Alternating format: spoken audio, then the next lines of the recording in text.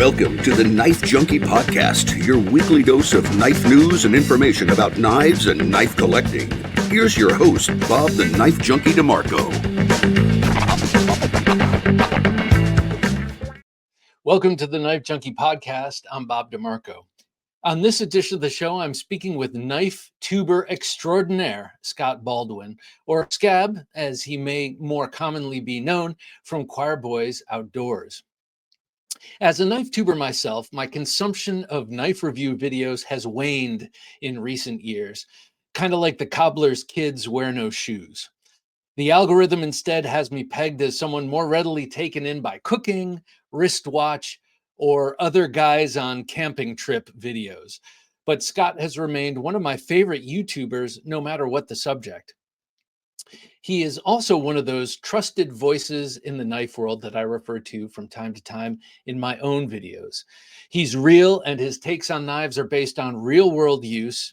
And as a bonus, he's incredibly likable. We'll catch up with Scott and get the skinny on his channel's direction. But first, be sure to like, comment, subscribe, hit the notification bell, and download the show to your favorite podcast app so you can listen on the go. Also, if you want to help support the show, you can do so by going to Patreon and scanning the QR code on your screen. You can get 12% off if you get one whole year all at once. Quickest way to do that is to go to TheKnifeJunkie.com/Patreon. Again, that's TheKnifeJunkie.com/Patreon. Adventure Delivered, your monthly subscription for hand-picked outdoor, survival, EDC, and other cool gear from our expert team of outdoor professionals. TheKnifeJunkie.com/BattleBox. Scott, welcome back to the Knife Junkie podcast, sir. It's great to see you. Man, thank you for having me. I don't know that I can live up to that introduction, but I appreciate it very much. Thank you. Well, you've already lived up to it. That's how come it got writ. Well, Thank it's you, good. man. It's good to see you. And last time I saw you was at Blade Show, and we were showing off some of our purchases, which was cool. Let's start there. What do you love best about Blade Show? What are those highlights there? Honestly, Blade Show for me, it's one of those weird things where you get to see everybody and nobody all at the same time. I think my favorite part is just talking to folks in Knife Tube. I always enjoy seeing you there. The knives are great. That's why we go, right? But I enjoy the interaction. I think that's my favorite part. I feel like those of us who make knife videos, probably all video makers on YouTube, we spend a lot of time in the virtual world, making these things and then watching other people's videos, that kind of thing, that when you actually get to meet people in person, it's like you're being let loose. Yeah. Yeah, and it's cool, man. It's like you meet people that you have something in common with.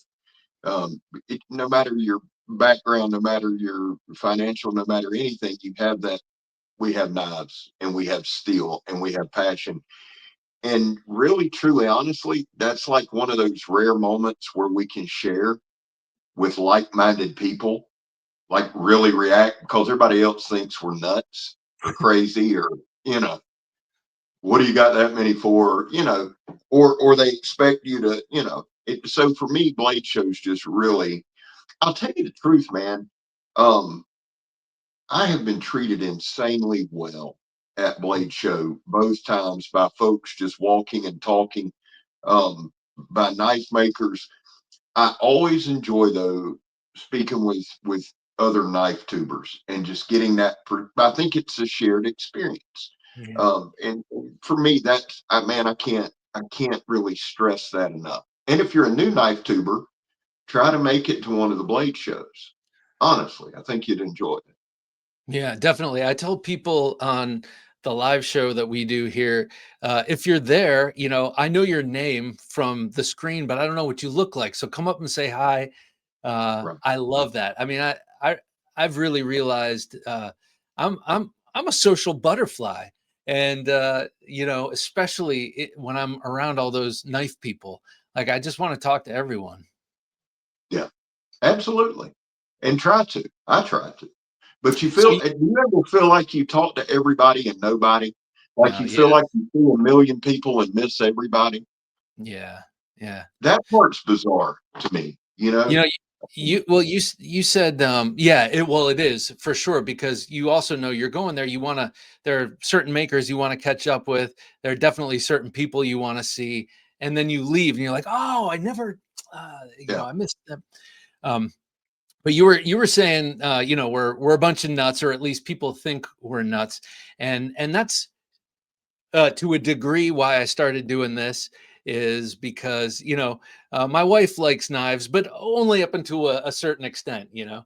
There's only so Right. much dialogue she'll suffer, you know, around knives. So I figured, why not talk to like-minded people?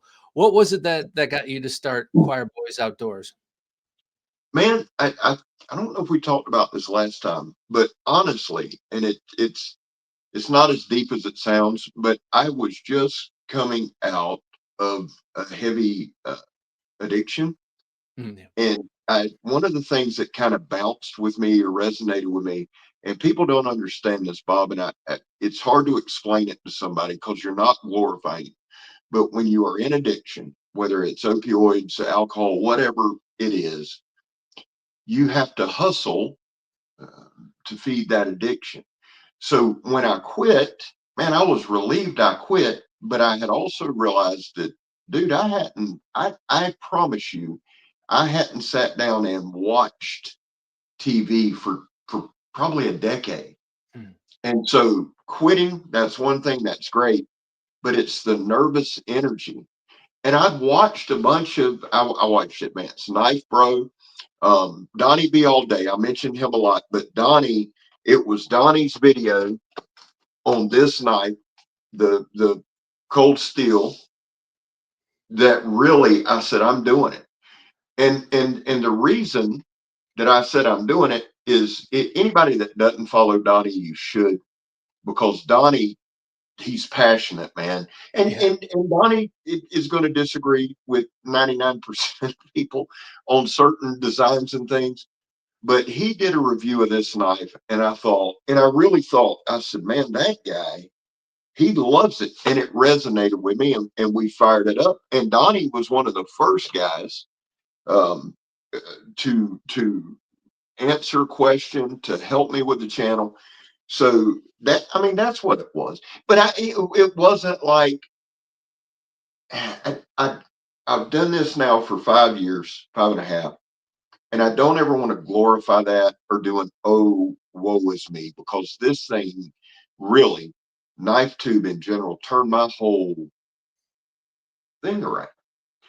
And I had a lot of knives, Bob, and this is kind of scary, but as a heavy drug user, man, I bought a ton of knives. Now, not to hurt anybody with, No, no, I get it. but I mean, it's like, and it's not like, again, it's not some deep dark place. I think really what it did, it brought something to the surface that I didn't understand until I got clean. And Mhm. so that's what fired it up. That's what started it. And it's been a blast ever since. Well, it's like you've got, in your pre-YouTube days, when you were overindulging, you've got a lot of late nights. You're up late. Yeah. You've got a lot of energy. You're scrolling. You do those little buys where you're like, oh, I bought it. Oh, no going back from that. We've all done that, um, and I could see how you'd need to fill that void with something. And why not fill it with talking about this other thing that you love? Yeah. And I didn't know what I was doing. And I still don't, to a large degree. But that's why I am huge on encouraging people um, to start. And say, at some point, Bob, we need to talk about maybe doing a series, maybe having you on Blade Talk with Scab and Joe. We really, I think we need to do some kind of series where we help some of these younger, newer, not younger, but newer creators start. Maybe give some tips to avoid the pitfalls. I Hmm. think that would be cool. And have different voices. No one central voice, but have different voices. Um, because I see people get in and I see their heart and I see their passion. And there's some folks, man, you watch it die. And it's like they don't really have any, and I'm not saying we can't build everybody to a certain level, right? Yeah. But I don't want anybody's passion to get killed uh, because of the internet or because they just didn't know. I'm too hard headed. I said I didn't know what I was doing. I don't now, but I'm too hard headed to quit, you know? But I really would like to get some guys, some other guys who have been around it and understand kind of the pitfalls and just I won't call it a class, but maybe let's do a little series of things to look out for. Traps, if you will. Sort of like a round table. This is actually an idea very similar to an idea that Jim has had for a while, but it would be like doing a round table and having someone there, Yeah. and they can bounce ideas off of you and everything. There's something. You and I are the same age, and there's something to becoming a man of a certain age where you kind of just don't care so much about what people think, and there's a freedom to that is, oh man, like I wish I felt the way I feel now, 30 years ago. But so maybe instilling a little bit of that attitude in someone who's new, and it doesn't mean young in age. It could just be someone who's Right. 65 years old who's starting, Yeah. but just to get their feet wet. Yeah, because I had help, and I mean, like I said, Donnie stepped up big for me. Another guy, Backyard Samurai, stepped up big for me, and some of these guys did it. They may not still be on Knife Tube today, but they instilled certain things. Backyard Samurai instilled giving, one channel to the other. And I don't know if you've experienced this. I'm sure you have. You've been on here so long. But if you gift another channel something, there's always the comment, well, you always give stuff to other channels. Yeah, because it helped me, Yeah. right? So, and we can't control what other people say. And honestly, Bob, I'm not even talking about like trying to help people with trolls, because you've got to ask yourself, if you have thick skin, if you have thick skin or not. And if you don't get on here, because you won't last. Yeah. And you know that. But Yeah. Backyard Samurai, he gave me there's a battle axe over there, and he's given me several things, and he's given a lot of people things. And so I try to pay it forward. That was all he asked for. Pay it forward. And those things help build relationships, and they actually help maybe somebody who's just starting out with a little credibility, if that makes sense. It does. Actually, you're talking about relationships. One of the things I love about your videos, you have a whole bunch of different kinds of videos, and I know you've done a lot with shorts, and also know you've done a lot with long form test videos, and those are the ones that first drew me in. But I love you have sort of, for lack of a better term, sort of philosophy videos. You'll be driving in your car, you'll just turn on the camera and something's been eaten at you, and you have at it.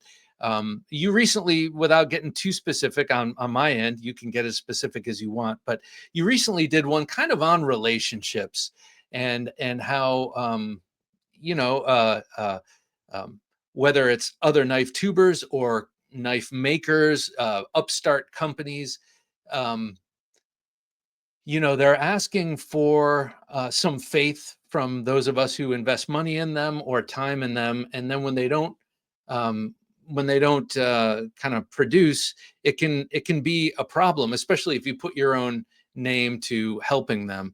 Can you talk about that? Yeah. I was talking about Heavy Set Tactical. And the reason I'm bringing him up by name is Jonathan was with me at Blade Show, and I don't know where he's at in his head right now, but I know this. I went to bat for that guy, and if he needed me, if he reached out, I would be there.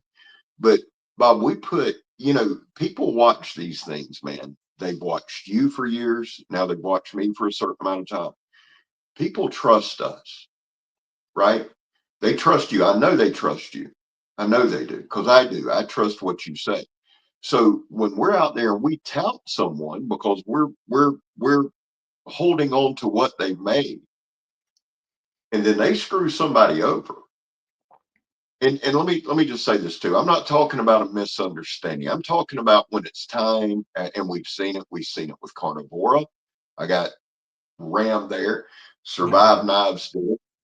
Yeah. And Scab did it big time. And listen, I Big. don't mean any ill will on these people, but dude, they screwed people over. They took their money and Yeah, yeah. And there's no like Survive, and Guy never sent me a thing. I talked to him a couple times and I distanced. Um, but people watch us and they're spending their money. You work, I work. We're not getting rich off this. So if somebody goes out and they get a custom knife, and of course I wouldn't have one, but if they purchase a knife, well, you know what? We'll do this right here. I do have one. This is one of the most reputable guys I've ever come across. William Collins. mm, That's The Gray Man by William Collins, Fuel the Fires, right? William has an established business, but that knife's between $300 and $400. So when somebody puts that kind of money up, and I mm, don't, Bob, I don't care what they have, dude. $400 is $400, brother. And somebody intentionally that's wrong. It's theft. And the whole addiction thing, and I mentioned this in that video, and I meant it, and I mean it now. Addiction's not an excuse, man. Addiction is not an excuse. This ain't some old poor pitiful me, or we're not heroes. The damage that we do. Again, I don't know where John's at. I'd like to see him right the ship. But here's what happened, and you know this. You get so far behind, man. yeah. And then not only can he not catch up, and maybe people don't feel this way. I've had people go, man, don't worry about it. It's hard not to worry about it. It's hard. I mean, I take that stuff personally, you know, especially when I'm saying, hey, this is a great knife, because it was, you know, Yeah. hey, Yeah. this guy knows what he's doing. So and it puts me in a quandary. I think like it would put all of us in a quandary, because dude, there are thousands of phenomenal knife makers out there, man. Yeah. But every time somebody new hits me up, I'm skeptical. I'm skeptical. And I never got into this to be skeptical, you know, Yeah. or I didn't get into this I don't know, man. That video meant a lot to me. I meant it. I don't say stuff I don't mean. I am very protective of us, of knife tubers. And to me, knife tubers is not somebody, and this isn't bashing. I'm saying what knife tube is to me. Knife tube is to me working folks, folks who don't have huge teams, who don't have huge production companies, who Mhm. don't aren't celebrities, and nothing wrong with that. We need some of that to help perpetuate knife tube. But to me, knife tube is folks coming together and sharing their passion of knives and for knives. That's what it is. And if we don't have trust, then all we are is one more community on YouTube that got tanked by drama. You know? It's sitting around the coffee table with your friends, Yeah. BSing with knives. Just since you mentioned Heavy Set Tactical, I'm rooting for that guy. I've followed him, while he had a channel, and I loved his taste in EDC, and his knives looked great. And from everything I heard, so hopefully he digs himself out of the morass. And but I think it takes someone maybe with your experience to say addiction is not an excuse. Um, Yeah. you know, And it's not. It's not. And let me to everybody watching, Bob and I didn't talk about this beforehand. This is I'm saying, and I love Jonathan. We had a great time at Blade Show. I'm pulling for anybody, but there comes a time, man. You know, I can pull for people, and I do, but you got to make up for what you've done. You know, I don't think he needs to be part of Knife Tube for a while. I'm not a gatekeeper. I don't want to be, but Certainly. dude, I had a lot of people reaching out. I mean, out of nowhere. That video didn't just appear because there was one instance.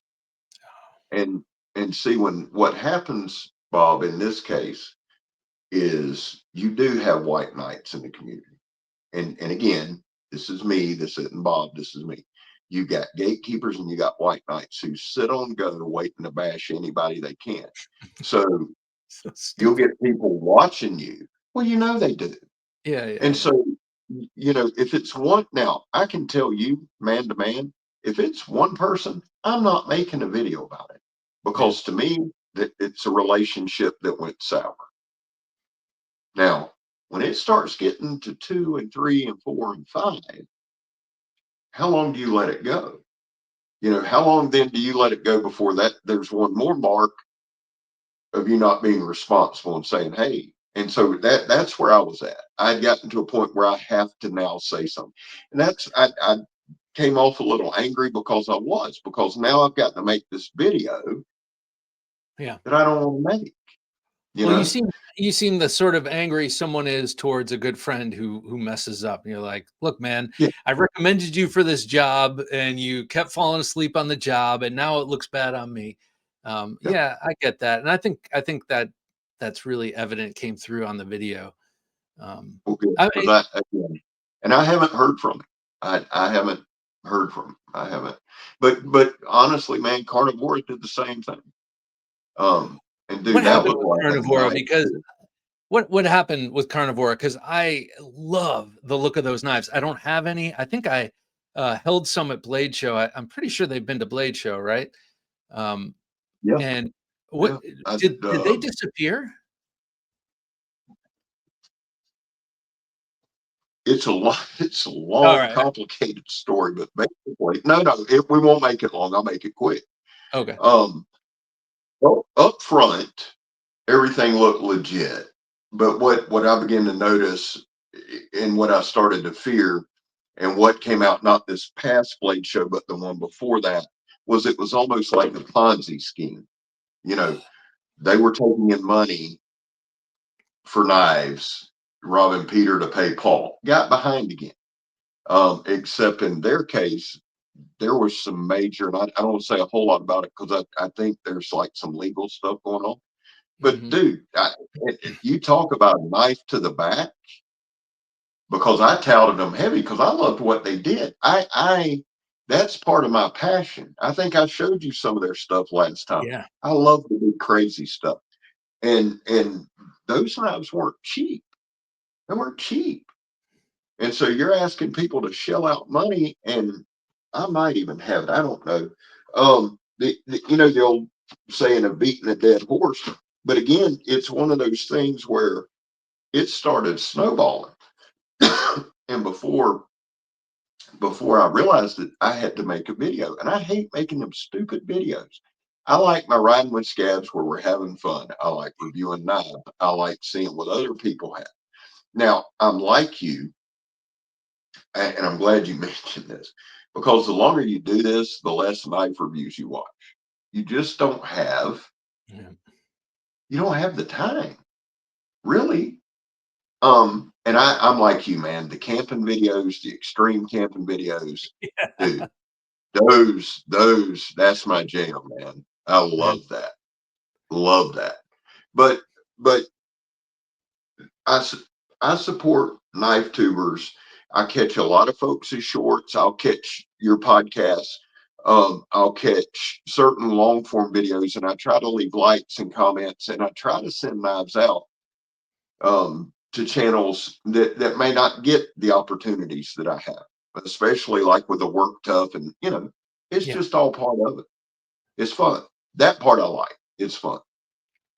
So something you do that I love, and I got to say, this is like an early morning. I get up very early, and I have a little time to myself, and there's always a portion of the morning where I'm watching YouTube. We'll leave it there, but um, I love your videos lately. They've been cold steel, and for a long while, rosecraft, where you Yeah. take a knife and every day you put it to hard use, whether it's 10 cuts through a fire hose, or I'm going to use this D2 slip joint until it falls apart.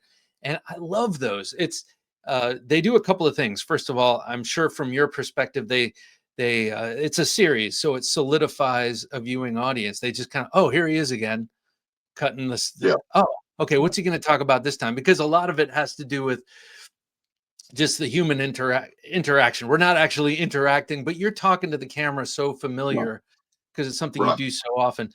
Tell us a little bit about that. I mean, how did you get into doing these daily testing videos, and what have you learned from them? The how I got into it was specifically through Rosecraft. Um, I love Rosecraft.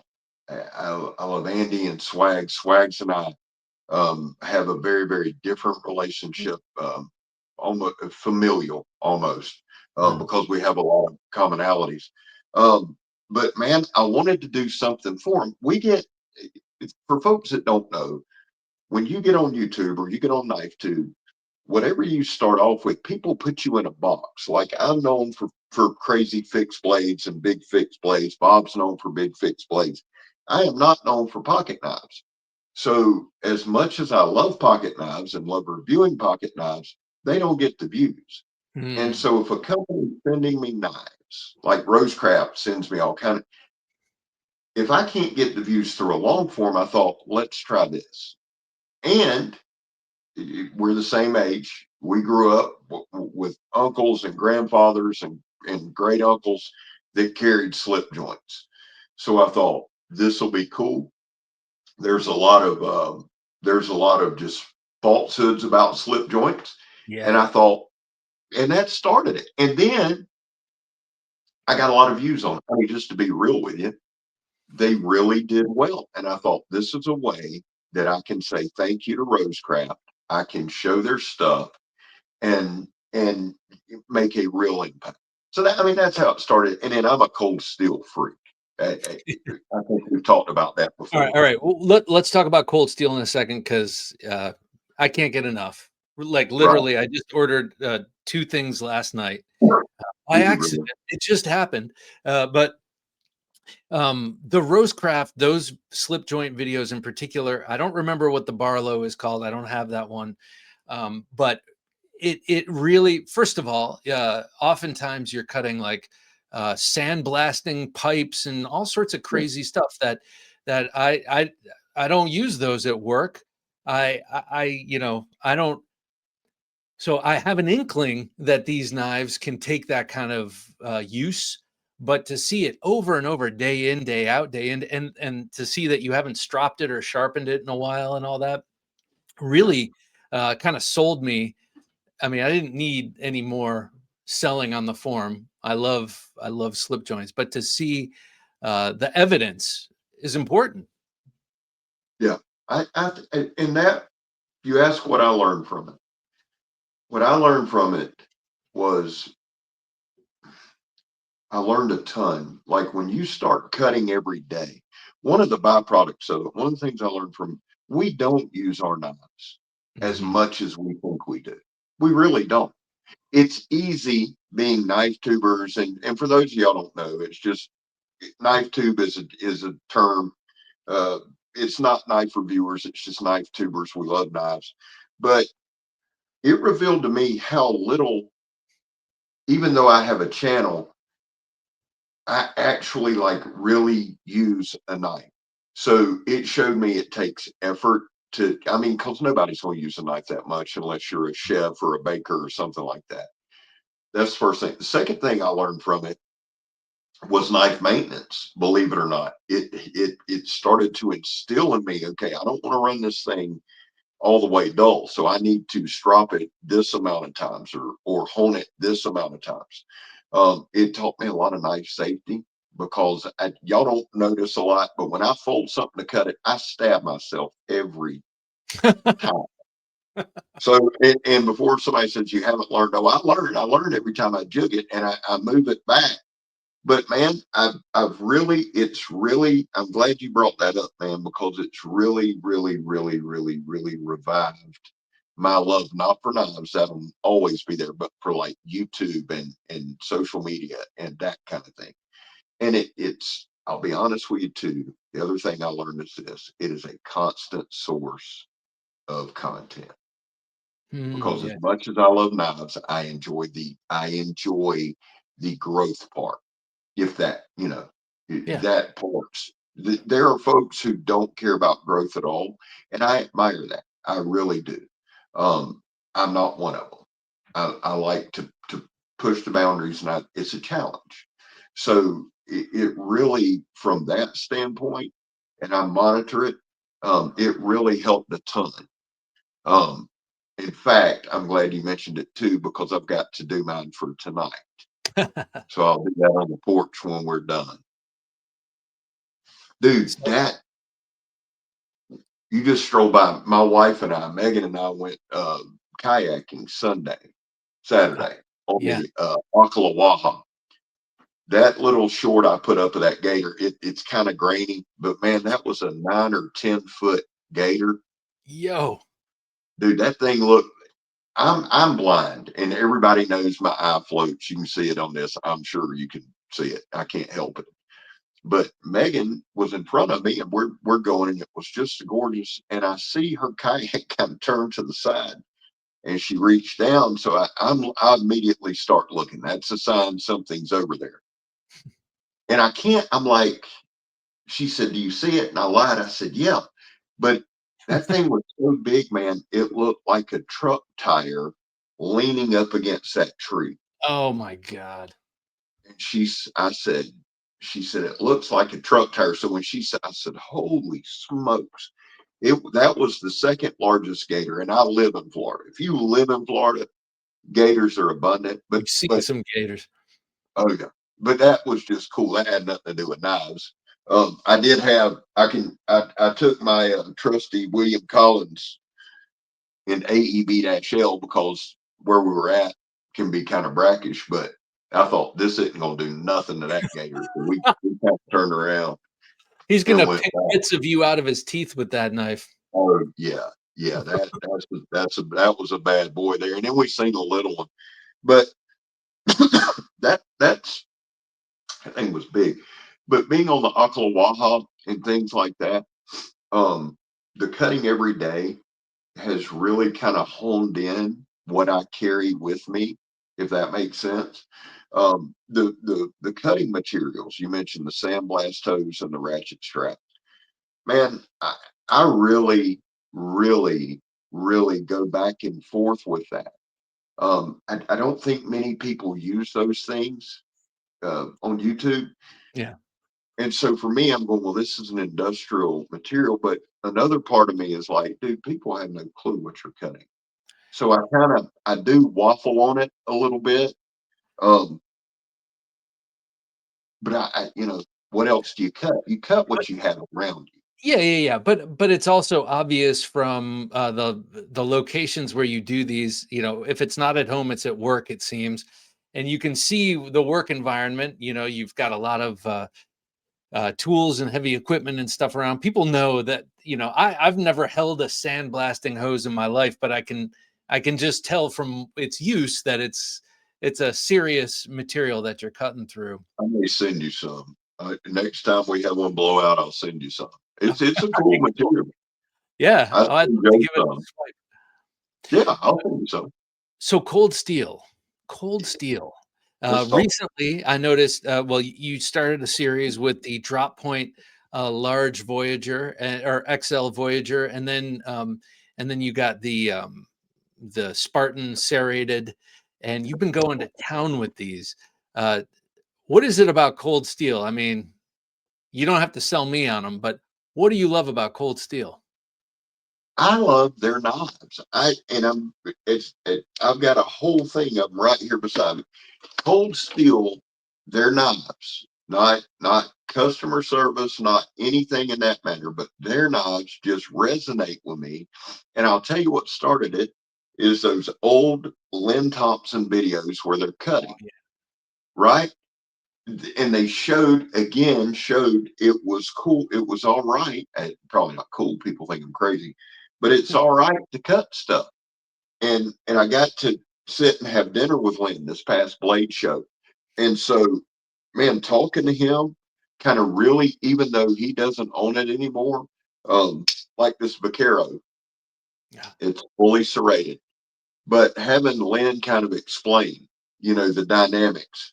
When you look at a Cold Steel, and my channel, I think you focus some on the self defense and how to carry. Um, my channel is typically not like that, but you can't have a Cold Steel and not think about some kind of self defense, self offense.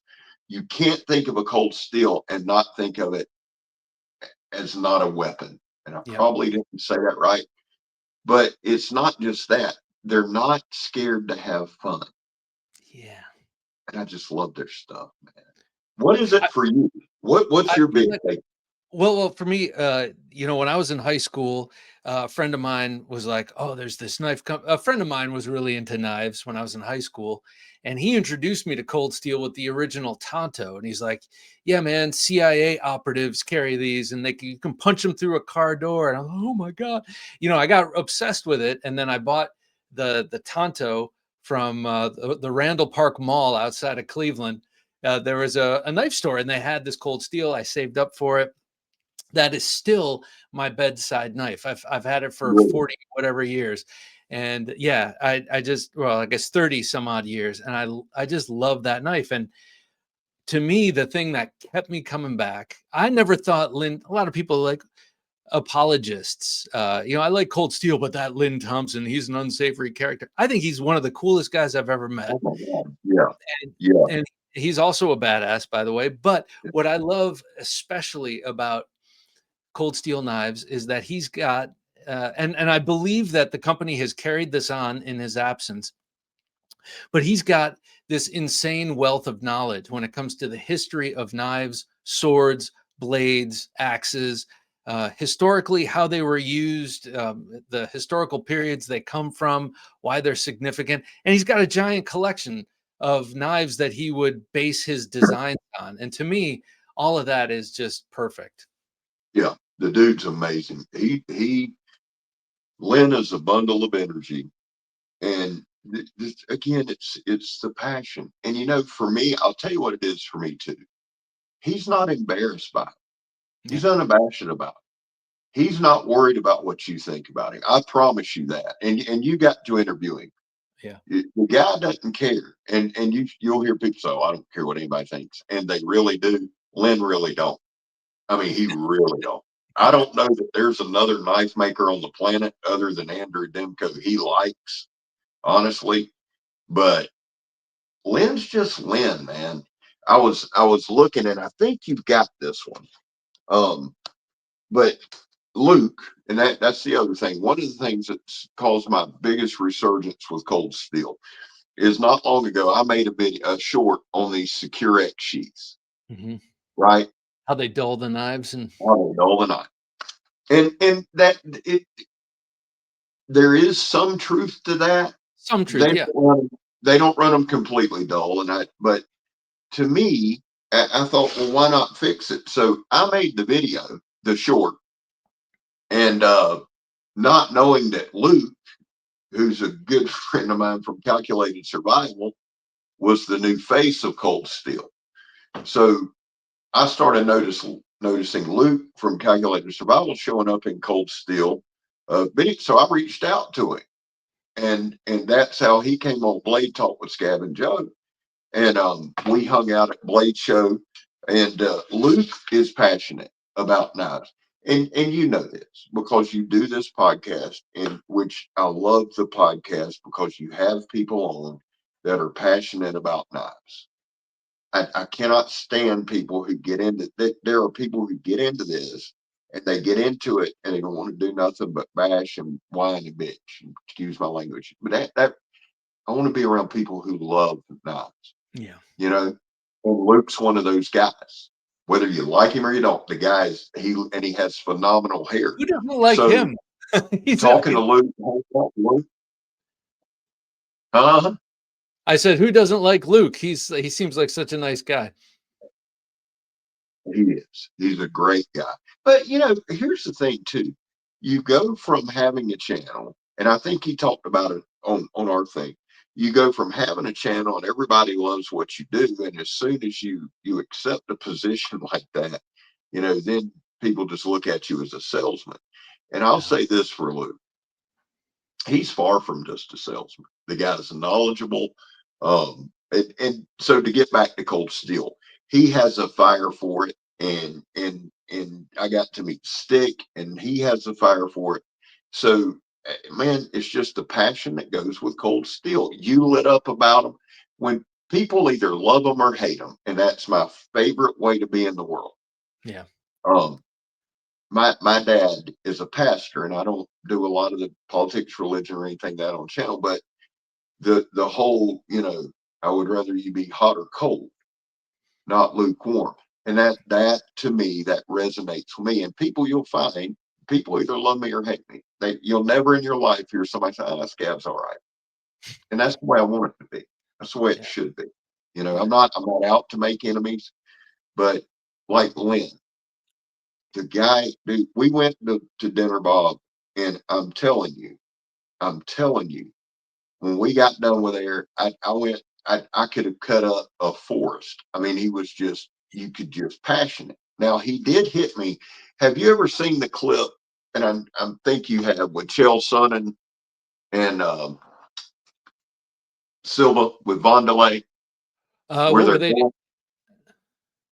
There's a fight scene. A fight. Well, they were coaching, and Chael's talking to Vondelay, and Vondelay's cussing him out, and Chael's like, "Come on, Vondelay, come on." And Vondelay gets close, and Chael pushes him, and he says, "I can't let you get close to me." Yeah. If Yeah. you Yeah. haven't seen it, check it out. Because I had one of those moments with Lynn Thompson. That's why I'm bringing it up. We were talking about chopping something. I'm sitting here. Lynn's sitting here.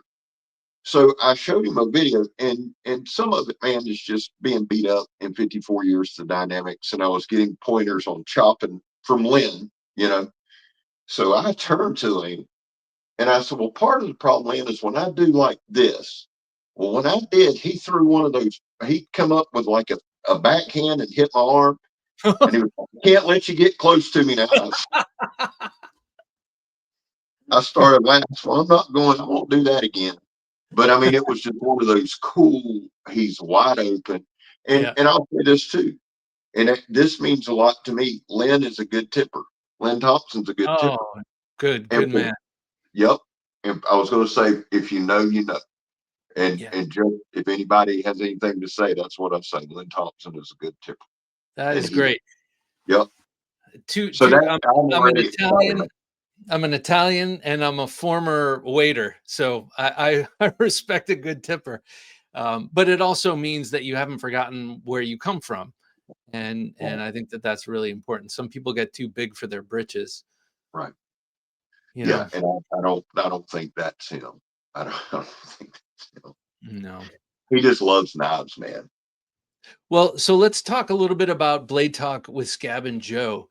You've had some serious talk about passion for knives. You've had some serious heavy hitters on your show. What's your favorite part about that? First of all, I think Joe's a pretty cool dude, and I follow him as well, and I love his collection and his approach. But what have you gotten from Blade Talk? What's your favorite part of that? First of all, without Joe, there's no Blade Talk. I've got to say that. And Joe from the Steel Mindset, I'll give him a shout out, because Joe reaches out to all these folks, and nobody knows better than you, Bob. You reach out to folks, you wait on replies. Some people do say no, you know. Yeah. What I've gotten from it, man, blessed beyond. I mean, you've had a lot of big folks too, and you know, it's not being enamored with anybody, but it's actually getting to pick people's brains, whether it's Ernie Emerson or Lynn Thompson or Curtis Iovito or on down the line, John Stitt from K-Bar, and you get to ask questions and you get to know folks a little bit, right? More than just the person. I enjoy having Greg Medford on, right? Oh, yeah. Greg's an intelligent guy, he's a controversial guy, but the biggest thing I get from it is just, I don't want to say just knowledge because people are like, oh, it's the knowledge that comes from it. It's about learning about people. It's about visiting with folks before. It's about the show and then visiting with after. I can tell you, we've never had anyone that I was like, God, will this ever end? We've had, and that again, credit to Joe. And you learn about people's backgrounds. You know, I talked to Ernie Emerson.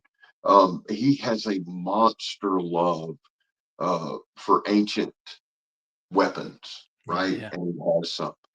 You nailed it with Lynn. Lynn is a just wealth of knowledge. So, man, it's not about being enamored with people. It's about getting to know them on a different level.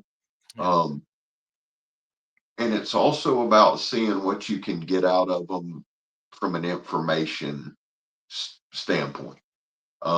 Joe and I, as a general rule, and we've both been pretty solid on this. We don't, if we invite you on, we're not going to hit you up for knives. So Yeah. Yeah. I'm not saying that, but what I am saying is the tidbits and some of the backdrop, the things that you get, and I like seeing. I like when somebody starts off a little stiff, and my favorite part is at the end when it's free flowing, and you could have went another hour. Yeah. You know, it's because we do a lot like you do. It's a fireside chat. It's enjoying the moment. And so to put one word on it, I will say knowledge, but that is, dude, that's just such a mega definition under it. It's like sometimes I've gotten the feeling like, wow, Bob, you think you're passionate about knives. Here's a guy who started Emerson Knives or Cold Steel or what have you, in a time before it was cool and before it was accepted. Like, that's passion. Holy mackerel. And Yeah. yeah, you can, it's just hope some of that rubs off on you, in a way. Well, and it's there have been guys man, I do want to mention this real quick. I had Wingman 115 on several years ago. And John and I, we did the thing. And he is the designer of the Mount Laguna from Work Tough Gear. Oh yeah. Okay. And dude, we had the show went off and it was just he and I, and we talked for about 30 or 40 minutes. And man, talk John Heffron, and talking to that guy, man, it lit an absolute fire under me. Um, because he was, it's not there's passion, there's fake passion, there's faking it until you make it, there's a persona when you come on, and then there's that real underneath deep down, whether it's designing, using, making. um, and talking to John, John Heffron is a huge reason while we just kind of tripled, doubled, and tripled down on putting in work and starting to grow. And really, it was just being excited from talking to him. So while it wasn't part of Blade Talk, it's kind of the same thing. You know, Joe's taking Blade Talk to the next level, but that instance, talking to John just came to mind, and I've got a picture of John. I'll show y'all this. I need to get a picture of you, Bob. Oh, This, happily. this is my glossy 8x10 wall of fame from Knife Tubers. Um, I love, dude. I've got all kind. I love that. And it shows the camaraderie that we have. Yeah. But just the dude just emanate. He's just like us, man. And So that was let me ask you this: with all the passion you have for knives, obviously you've got a large collection. You've been into it a long time. You've met a lot of very interesting people, and you also seem like a handy guy. Do you ever think of making knives yourself? no, um, no. And I'm glad you asked that. Not make. I would like to. Okay, let me back up. Part of me, yes, to learn how to have that knowledge, to have a base knowledge of it. But Bob, I love doing what I'm doing, man. I love the demonstrations or reviews. I love knife tube. I just I don't want to get into that because I know me and I know my attention and I know my drive, and I wouldn't be able to enjoy or appreciate other people's stuff. Yeah. If, Yep. if Yep. that, so I love what we do. I love what you do. I've thought about, people ask all the time would I design a knife, and I'm like, no, no, I'll collab. I've got several collabs. I love doing that. And basically that's people going, Scab, what do you like Jed Hornbeak? And I'll tell him, Jed will make me a knife. You know, that dude can make a knife. I have one of his knives. I have a necromance, and I think he only made like 4 of them or something.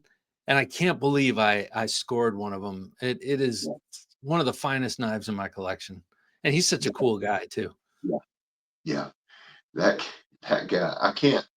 I don't know. I can't remember who it was. I honestly can't. But they got a knife from Jed, and it was one of mine. It was one of my Choirboy camp knives. And when I say one of mine, I literally, Jed asked me like 8 questions. I answered them. He made the knives. Uh, It's cool. if you don't mind, I'm gonna grab it real quick. But No, please do.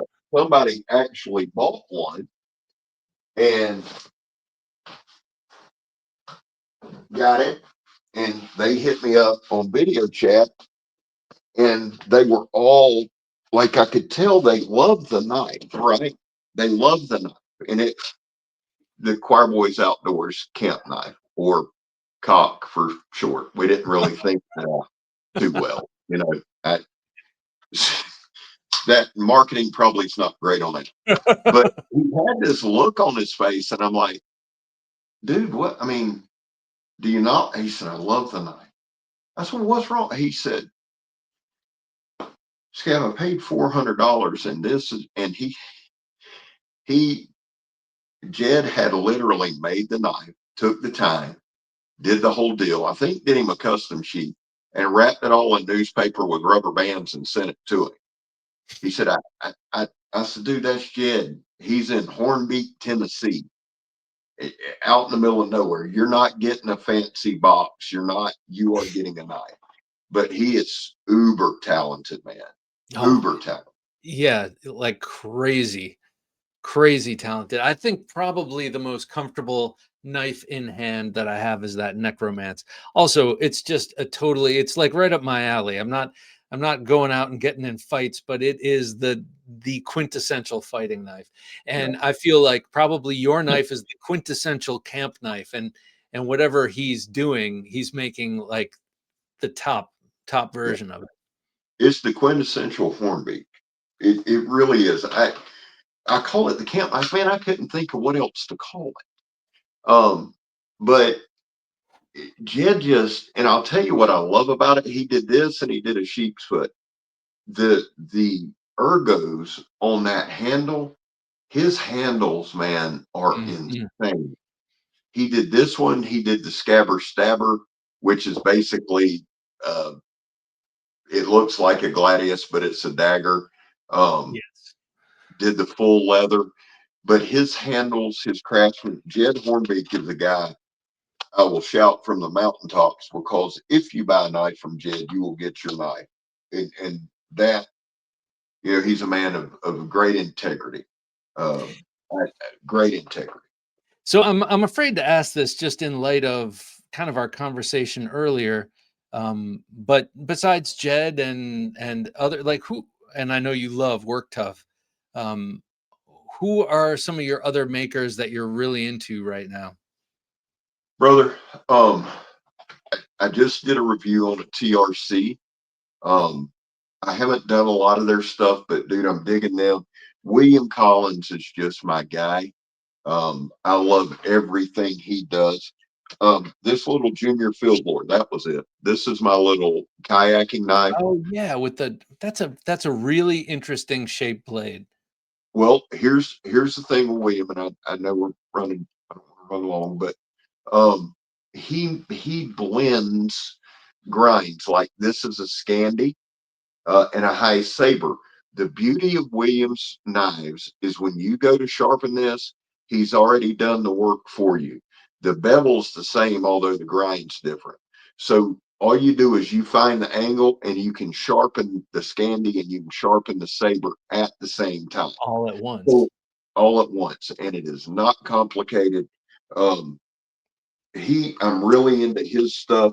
TKL, of course, Oh yeah. big TKL fan, huge Fisher Blades fan. Yeah. I'm sitting here looking at half breed blades. Have you done any half breed stuff? I do not have any half-breed blades. Nope. I love the way their combat knives look.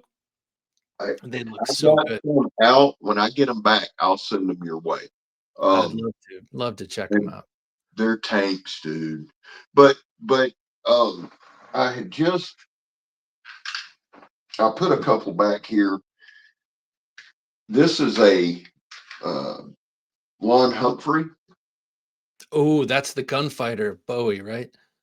I Oh, believe. that's beautiful. Now, JR just sent me this one to check out. And JR is actually a real person. He's not somebody I make up to like amazing about. I just met JR a couple weeks ago at Blackie Thomas's uh, camp out for the first time. I'd never even talked to the man on the phone, and he sent me thousands and thousands and thousands of dollars of knives to review. And I popped in the back. But um, this is one, Bob. Do you recognize that one? Oh, is that what's his name? Yeah, I do. Sorry. Um uh uh dark dark timber. That's him. Oh That's man. this is the Honey Badger. This is one of his production run. Uh, Oh, this that's is a great knife, man. I would love to have a Bowie by that guy. Oh my god. We had Peter Peter on Cole. Long Talk with Scab and Joe, and bro, he awesome guy, awesome guy, but scoring something from him Oh yeah, yeah. Forget is about it. damn near impossible, man. But great guy. Um, he's one of those guys who stays within himself, you know, not arrogant, hyper, but not arrogant. Love him. I could go on and on, man. I'm into a lot of stuff, right? Oh, here's one last one I did want to show y'all. I met Dave Canterbury. Oh, Um, cool. I love he's one of the guys whose videos I love to watch. I met Dave. I actually did an interview with Dave a couple weeks ago at Rewild Outdoors Camp Out, and I bought this. It's beautiful. This is a Kep part. This is the PKS Pathfinder Knife Series or Pathfinder Knife Shop Kep part. 1095 steel, the curly maple. Now he gets his sheaths from I think it's Badger Claw, which I Club. love that. Yeah. But man, Dave was a good guy, really good guy to talk to. But I'll say this real quick. For everybody, you know, a lot of times people want to buy American, but they're super expensive. I paid for the knife and the sheath, I think $1.56. No way. Yes, sir. Yes, sir. And you can actually, if you go to like the Self-Reliance Outfitters, I believe that's their, they don't have anything over like $1.70. And typically when you get like $1.50 to $1.70, they include the sheath. The knives I think are like $1.25 or 130 without the sheath. Um, but he two things real quick: lifetime warranty. lifetime warranty, and he warranties it against batoning. He's one of the few people Oh, on the planet that'll do that. that's Um, cool. And this is coming from a guy obviously who knows. yeah, Dave Canterbury has been around the block more than once when it comes to wilderness adventures and stuff.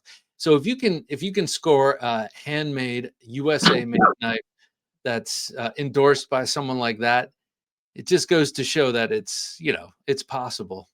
yeah, oh, absolutely. And I've carried their stuff every day. That's something I'm working on. It's a little more long form type review, and I've loved it, man. Love it. Love what they're doing. All right, last up before I let you go, Scab, I feel like I'd be remiss if I didn't ask this, and I'm sure people want to know, what do you carry on a daily basis? Really?